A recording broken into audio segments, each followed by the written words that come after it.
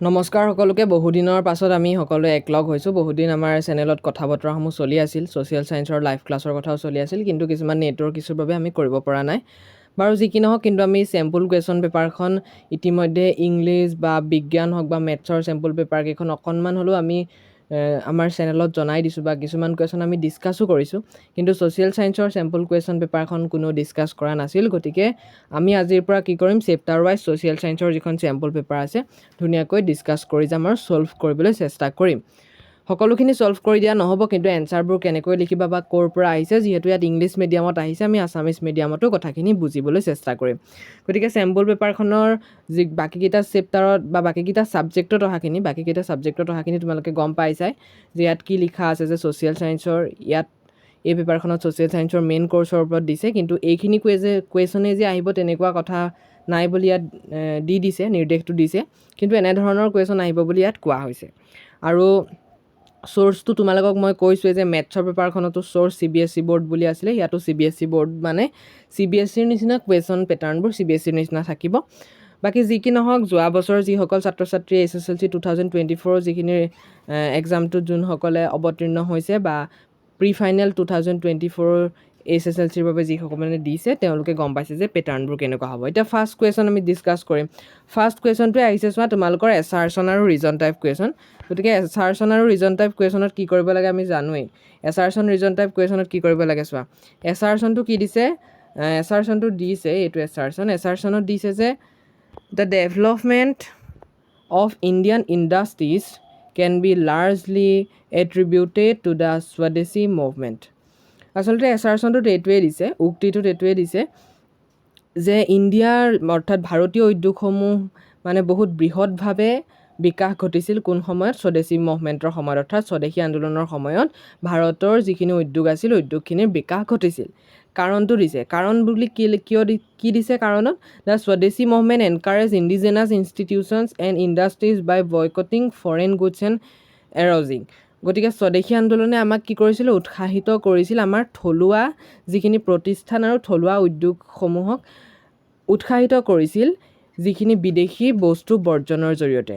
গতিকে আমি ৰিজনটো আৰু উক্তিটো আমি চাম, কি কৈছে চোৱা, উক্তিটোত কৈছে যে ডেভেলপমেণ্ট হৈছিল অৰ্থাৎ ভাৰতীয় উদ্যোগসমূহৰ বিকাশ হৈছিল স্বদেশী আন্দোলনৰ সময়ত, আৰু কাৰণটোত আছে কাৰণ স্বদেশী আন্দোলনে বিদেশী বস্তুসমূহক বৰ্জন কৰাই থলুৱা বস্তুসমূহক উৎসাহিত কৰিছিল। গতিকে যেতিয়া বিদেশী বস্তু বৰ্জন হৈ যাব তেতিয়া থলুৱা বস্তুখিনিয়ে এনকাৰেজ হ'ব বা উৎসাহিত হ'ব, তেতিয়াই আমাৰ কি হ'ব, থলুৱা অৰ্থাৎ ভাৰতীয় উদ্যোগসমূহে বিকাশ লাভ কৰিব। গতিকে উক্তিটো যুক্তিৰ শুদ্ধ এক্সপ্লেনেশ্যন বা শুদ্ধ বিৱৰণী বুলি আমি ক'ব পাৰোঁ। গতিকে ৰাইট এনচাৰ কোনটো হ'ব, ৰাইট এনচাৰটো হ'ব C, both A and R are true and R is the correct explanation of A।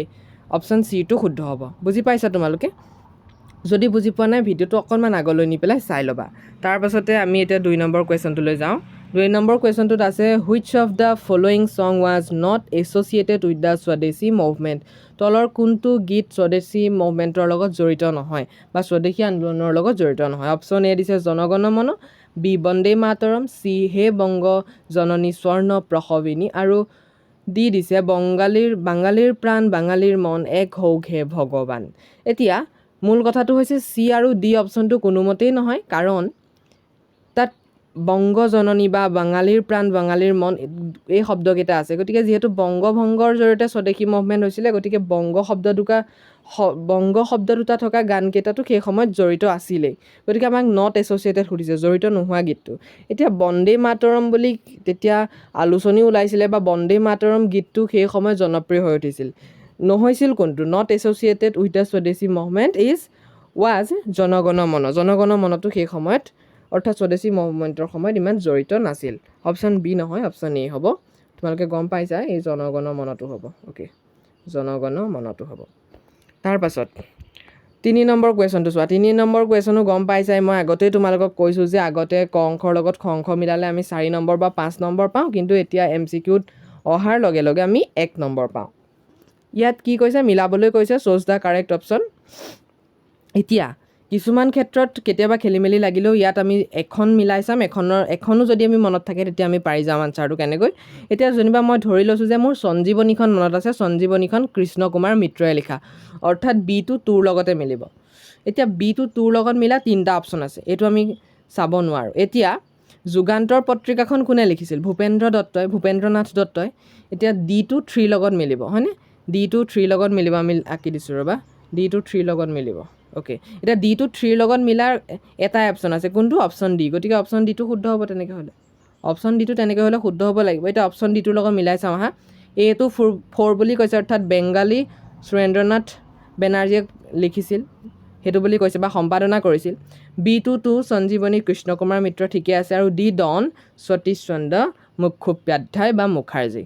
গতিকে option D is the correct answer. এনেকুৱা কুৱেশ্যন আহে, এনেকুৱা কুৱেশ্যনো প্ৰি ফাইনেলতো আহিছে যোৱা বছৰ, গতিকে তোমালোকে চাই যাবা। এতিয়া 4টো চোৱা, এছাৰ চনত দিছে the police tortured Bhupendranath Dutta, the editor of Jugantar for his sharp criticism on the partition of Bengal. এই কথাটো তোমালোকৰ কিতাপত উল্লেখ আছে যে ভূপেন্দ্ৰনাথ দত্তই পুলিচে অত্যাচাৰ কৰিছিল, কিয়? যুগান্তৰ পত্ৰিকাত সেই বংগ বিভাজনৰ বিষয়ে মানে বহুত বেছি কঠোৰ সমালোচনা কৰিছিল, সেইকাৰণে পুলিচে তেখেতক অত্যাচাৰ কৰিছিল। এইটো সঁচা কথা, ঠিকে আছে। এতিয়া কাৰণটো কি দিছে যে the women participated in a mass movement instead of weeping over the incident. গতিকে এই যিটো ভূপেন্দ্ৰনাথ দত্তক অত্যাচাৰ কৰাৰ যিটো ঘটনা, এই ঘটনাটোত তেওঁলোকে কান্দি নাথাকি তেওঁলোকে কি কৰিছিলে, এই মহিলাসকলেও গণ আন্দোলনত জঁপিয়াই পৰিছিল বা গণ আন্দোলনত অংশগ্ৰহণ কৰিছিল। এতিয়া কথাটো ঠিকেই আছে যে ভূপেন্দ্ৰনাথ দত্তই অত্যাচাৰ কৰিছিল ক্ৰিটিচিজম কৰাৰ বাবে, শাৰ্প ক্ৰিটিচিজম কৰাৰ কাৰণে, কঠোৰ সমালোচনা কৰাৰ বাবে। আৰু কাৰণটোত দিছে যে কাৰণ গণ আন্দোলনত মহিলাসকল নাকান্দি পেলাই উঠি পৰি পেলাই অংশগ্ৰহণ কৰিছিল। কিন্তু দুইটাৰ লগত লিংক নাই। ভূপেন্দ্ৰনাথ দত্তক অত্যাচাৰ কৰিছিল সমালোচনা কৰাৰ বাবে, আৰু কাৰণটোত দিছে যে মহিলাসকলেও গণ আন্দোলনত জঁপিয়াই পৰিছিল সেই মানে যিটো ঘটনাটোৰ ওপৰত কান্দি নাথাকি। গতিকে ঘটনাটোৰ ওপৰত যদিও কাৰণটো বেছ হৈছে, কিন্তু কাৰণটো সেই ঘটনাটোৰ লগত লিংক কথাটো মানে বুজি পাইছা নহয়? সেই ঘটনাটোৰ কাৰণ সেই কথাটো নহয়। যিটো উক্তি দিছে, উক্তিটোৰ কাৰণ কেতিয়াও সেই মহিলাই গণ আন্দোলনত অংশগ্ৰহণ কৰা কথাটো মিলিব নোৱাৰে। বাট দুইটা শুদ্ধ কথা বা প্ৰথম ঘটনাটোৰ ওপৰত বেছ কৰি পেলাই পিছৰ কথাটোত লগাই দিছে, কিন্তু দুইটাৰ ইটো সিটো এক্সপ্লেনেশ্যন কেতিয়াও নহয়, বাট দুইটা শুদ্ধ হয়। গতিকে আমাৰ অপশ্যন কোনটো শুদ্ধ হ'ব? অপশ্যন ডিটো শুদ্ধ হ'ব। Both A and R true, but R is not the correct explanation of A. এইটোৱে হ'ব তোমালোকৰ কাৰেক্ট আনচাৰ। এতিয়া 5 নম্বৰটো লং কুৱেশ্যনলৈ গুচি গৈছে ডাইৰেক্ট। লং কুৱেশ্যনবোৰ তোমালোকৰ আগতে আহি থকাও বা আমি যিখিনি লাইভ ক্লাছ কৰিম বুলি কৈছিলোঁ, লাইভ ক্লাছতো এনেকুৱা কুৱেশ্যনবোৰেই সংলগ্ন কৰি থোৱা আছে। এতিয়া ফাৰ্ষ্ট তোমালোকৰ লং কুৱেশ্যন কি আহিছে? 3 মাৰ্কছৰ। During the Swadeshi movement artist nationalist feelings through their art in Bengal illustrate with example. গতিকে এইটোৱে কৈছে যে স্বদেশী আন্দোলনৰ সময়ছোৱাত যি আমাৰ জাতীয় যিখিনি ফিলিংছ আছিলে, জাতীয়তাবাদ বা জাতীয় জাগৰণ যিটো আছিলে, সেই জাতীয় জাগৰণটো বংগত শিল্পৰ জৰিয়তে কেনেদৰে মানে জাতীয় জাগৰণটো উৎফুল্লিত হৈছিল বা জাতীয় জাগৰণটো কেনেকৈ জাতীয়তাবাদৰ যিটো উন্মেষ ঘটিছিল, সেইটো স্বদেশী মুভমেণ্টৰ সময়ত, স্বদেশী আন্দোলনৰ সময়ত বংগৰ শিল্পৰ জৰিয়তে কেনেকৈ হৈছিলে, জাতীয় শিল্পৰ জৰিয়তে জাতীয়তাবাদৰ উন্মেষ কেনেকৈ ঘটিছিল বুলি সুধিছে, আৰু এক্সাম্পলৰ সৈতে, উদাহৰণৰ সৈতে তোমালোকক বহলাই লিখিবলৈ কৈছে। এইটো যে তোমালোকৰ জাতীয় শিল্পত অৱদান বুলি এটা কুৱেশ্যন আহে তোমালোকৰ, ভংগ বা স্বদেশী আন্দোলনৰ সময়ত জাতীয় শিল্পৰ অৱদান বা জাতীয় শিল্পৰ যিটো ধাৰা আছিল কেনেকুৱা আছিল, সেই জাতীয় শিল্পৰ কথাটোৱে তোমালোকে ইয়াত লিখিব লাগিব। বাট কুৱেশ্যনটো অকণমান পেটাৰ্ণটো চেঞ্জ কৰি দিছে, গতিকে তোমালোকে অকণমান মিলাই মেলি লিখিব লাগিব যে জাতীয় শিল্পৰ কাৰণে কেনেকৈনো সেই জাতীয়তাবাদৰ উন্মেষ ঘটিছিল বা জাতীয়তাবাদৰ এটা জোৱাৰ সেই সময়ত বংগবাসীৰ মনত চলিছিল। এইটো 3 মাৰ্কছৰ কাৰণে আহিছে। কুৱেশ্যনটো কিন্তু আগতেও আহিছে, বাট কুৱেশ্যনটোৰ সোধাৰ অকণমান পেটাৰ্ণটো বেলেগ কৰি দিছে। তাৰপাছত 6টো চোৱা, Satish Chandra Mukherjee called the university of Kolkata as the house of slaves ghulam khana based on its answer the following. Whom did Mukherjee refers to a slaves, why were they call slaves. গতিকে এই কুৱেশ্যনটোৰ তোমালোকৰ যি তলত দুটা কুৱেশ্যন দিছে, সেই কুৱেশ্যন দুটা তোমালোকক কমেণ্টত মই জনাবলৈ থ'লোঁ। এইকেইটা বহুত ইজি হয়, কিন্তু মই তোমালোকক কমেণ্টত জনাবলৈ কৈছোঁ। কিন্তু মই মূল কুৱেশ্যনটো কৈ দিছোঁ যে সতীশ চন্দ্ৰ মুখোপাধ্যায়ে কি কৰিছিল, মুখাৰ্জীয়ে কি কৰিছিল, কলিকতা বিশ্ববিদ্যালয়ক কি বুলি কৈছিল, গোলাম খানা বুলি কৈছিল, হাউচ অফ স্লেভছ গোলাম খানা বুলি কৈছিল। কিয় গোলাম খানা বুলি কৈছিল বা তেখেতে স্লেভছ বুলি কিয় ৰেফাৰ কৰিছিল, মানে স্লেভছ গোলাম বুলি কিয় কৈছিল, কাক কৈছিল বুজি পাইছানে কাক কৈছিল সেইটো সুধিছে তোমালোকক গতিকে গোলামখানা বুলি সেই সময়ত কিয় কৈছিল সেই কথাটো তোমালোকে ক'ত পাবা স্বদেশী আন্দোলনৰ ফলাফলৰ যি জাতীয় শিক্ষা বুলি যিটো পাৰ্ট আছে সেই জাতীয় শিক্ষাতে কথাটো কৈছিলে যে সতীশ চন্দ্ৰ মুখোপাধ্যায়ে সেই সময়ত গোলামখানা বুলি কৈছিল আৰু বিশ্ববিদ্যালয় তেওঁ ডিডন ছ'চাইটি গঠন কৰিছিল তাৰপিছত কাৰ্লাইলৰ বিশ্ববিদ্যালয় কাৰ্লাইল আইন বা কাৰ্জনৰ বিশ্ববিদ্যালয় আইন এনেবোৰ আইনো ভংগ কৰিছিল বা ছ'চাইটিয়ে তীব্ৰ বিৰোধিতা কৰিছিল আৰু সেই গোলামখানৰ পৰা ছাত্ৰসকলক ওলাই আহি কি কৰিবলৈ কৈছিল জাতীয় শিক্ষা গ্ৰহণৰ পক্ষে বা জাতীয় শিক্ষা গ্ৰহণৰ ফালে লৈ যাবলৈ চেষ্টা কৰাইছিল বুজি পাইছা তোমালোকে তাৰপাছত 7 নম্বৰ কুৱেশ্যনটো আহিছে the daily Telegraph London on 11 October 1907 wrote The Bengal women are the most obstinate and the most dangerous antagonists of English. What was the reason behind the above statement on Bengal women? এটা কি কৈছে যে লণ্ডনৰ 11 অক্টোবৰ 1907 চনত লণ্ডনৰ যিখন daily Telegraph নামৰ বাতৰি কাকত আছিল বাতৰি কাকতখনত কি প্ৰকাশ হৈছিল যে বংগৰ নাৰী সবাতোকৈ দুৰ্দম আৰু বিপদজনক কাৰ বাবে বংগৰ নাৰী ইংৰাজৰ বাবে সবাতোকৈ দুৰ্দম আৰু বিপদজনক এই কথাটো ডেইলি টেলিগ্ৰাফ নামৰ কাকতখনত প্ৰকাশ পাইছিল 11 অক্টোবৰ 1907 চনত তো তোমালোকৰ কিতাপত দিয়া আছে ইয়াত কৈছে যে সেই তেনেকৈ যে তাত প্ৰকাশ পাইছিল বা এই উক্তিটো যে তাত প্ৰকাশ পাইছিল বংগৰ নাৰীসকলৰ কাৰণে বা নাৰীসকলৰ বাবে সেই উক্তিটো কিয় প্ৰকাশ পাইছিল সেইটো সুধিছে গতিকে বা এই উক্তিটোৰ যিখিনি ভিতৰত কি কথা সোমাই আছে যে এই উক্তিটো কিয় লিখিব লগা হ'ল বা কেনেধৰণৰ কথা এই উক্তিটোৰ ভিতৰত সোমাই আছে এই উক্তিটোৰ ভিতৰত এইটো কথাই লিখিবা তোমালোকে স্বদেশী আন্দোলনৰ ফলাফলত তোমালোকৰ স্বদেশী আন্দোলনত মহিলাৰ ভূমিকা কুৱেশ্যনটো আহি থাকে বা পাৰ্টটো তোমালোকৰ লিখা আছে অংশত ধুনীয়াকৈ লিখা আছে তাত সৰলা দেৱী চৌধুৰীণী বা ভগিনী নিবেদিতাৰ কথা আছে তেওঁলোকে কি কাম কৰিছিলে স্বদেশী আন্দোলনত মহিলাৰ ভূমিকা বা তেওঁলোকে স্বদেশী আন্দোলনত মহিলা হৈ পেলাই কেনেদৰে যোগদান কৰিছিল তেনেকৈ তেওঁলোকে জনাইছিলে আৰু সেই কথাখিনিয়ে যে তেওঁলোকৰ স্বদেশী আন্দোলনৰ সময়তনো কি ভূমিকা আছিল সেই কথাখিনি তোমালোকে ইয়াত লিখিব লাগিব তেওঁলোকে কি কাম কৰিছিলে বিবেকানন্দ ছ'চাইটি ডন ছ'চাইটিৰ লগত লগ হৈ তেওঁলোকে কি কৰিছিলে এনেবোৰ কাম কৰিছিলে আৰু সেইবাবেই স্বদেশী আন্দোলনৰ সময়ত তেওঁলোকৰ মহিলাৰ যি দুৰ্দম বা তেওঁলোকৰ যি সাহস আছিলে সেই সাহসে তেওঁলোকক ইংৰাজক ক'বলৈ বাধ্য কৰাইছিল যে তেওঁলোকৰ বাবে বংগৰ নাৰী সবাতোকৈ দুৰ্দম আৰু বিপদজনক গতিকে ৰিজনটো তেনেকুৱাই এই কুৱেশ্যনটো ভংগ বা স্বদেশী আন্দোলনৰ সময়ত মহিলাৰ ভূমিকা বৰ্ণনা কৰা বুলি কুৱেশ্যনটো আহি থাকে গতিকে ইয়াত পেটাৰ্ণটোহে চেঞ্জ হৈছে বাট কুৱেশ্যনটোৰ মেইন ষ্ট্ৰীমটো বা মূল সুঁতিটো কিন্তু একেটাই আছে তাৰপাছত 8 নম্বৰটো চোৱা হাউ did the Swadeshi movement help in the growth of national education এইটো ডাইৰেক্ট আহিছে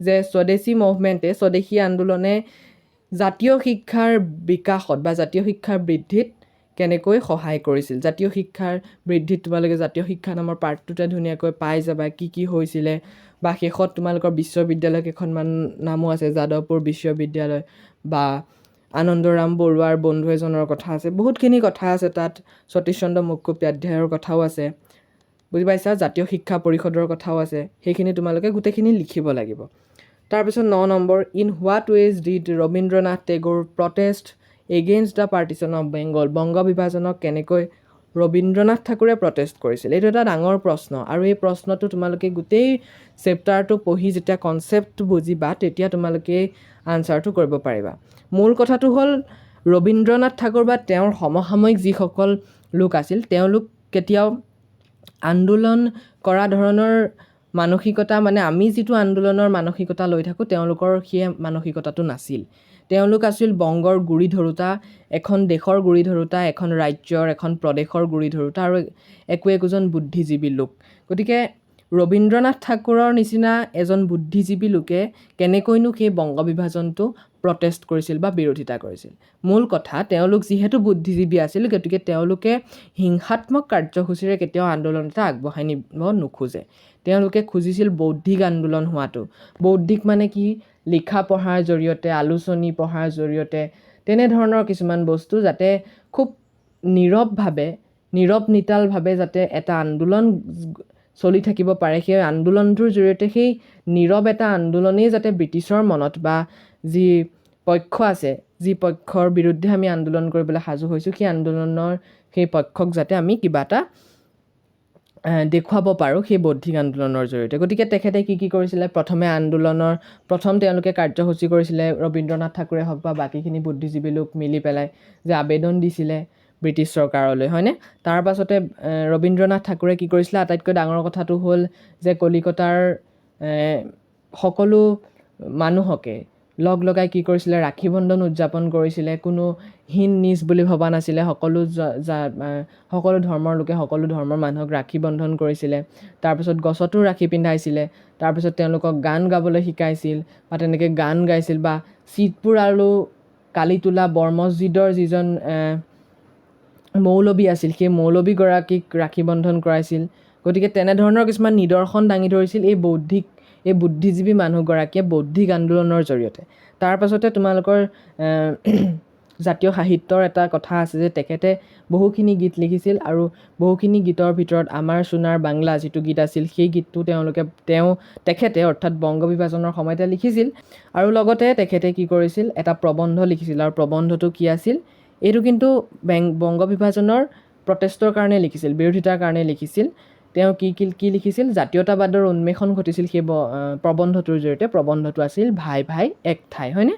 গতিকে 9 নম্বৰটো তোমালোকে মই ভাবিছোঁ বুজি পাইছা। এইটো 9 নম্বৰটো একদম ধুনীয়াকৈ লিখিবা, পৰীক্ষাত আহিলে 5 নম্বৰ আহিছে, একো নাই, ভাই ভাই এক ঠাই, হয়নে? ভাই ভাই এক ঠাইটো তোমালোকে লিখি ল'বা দিয়া।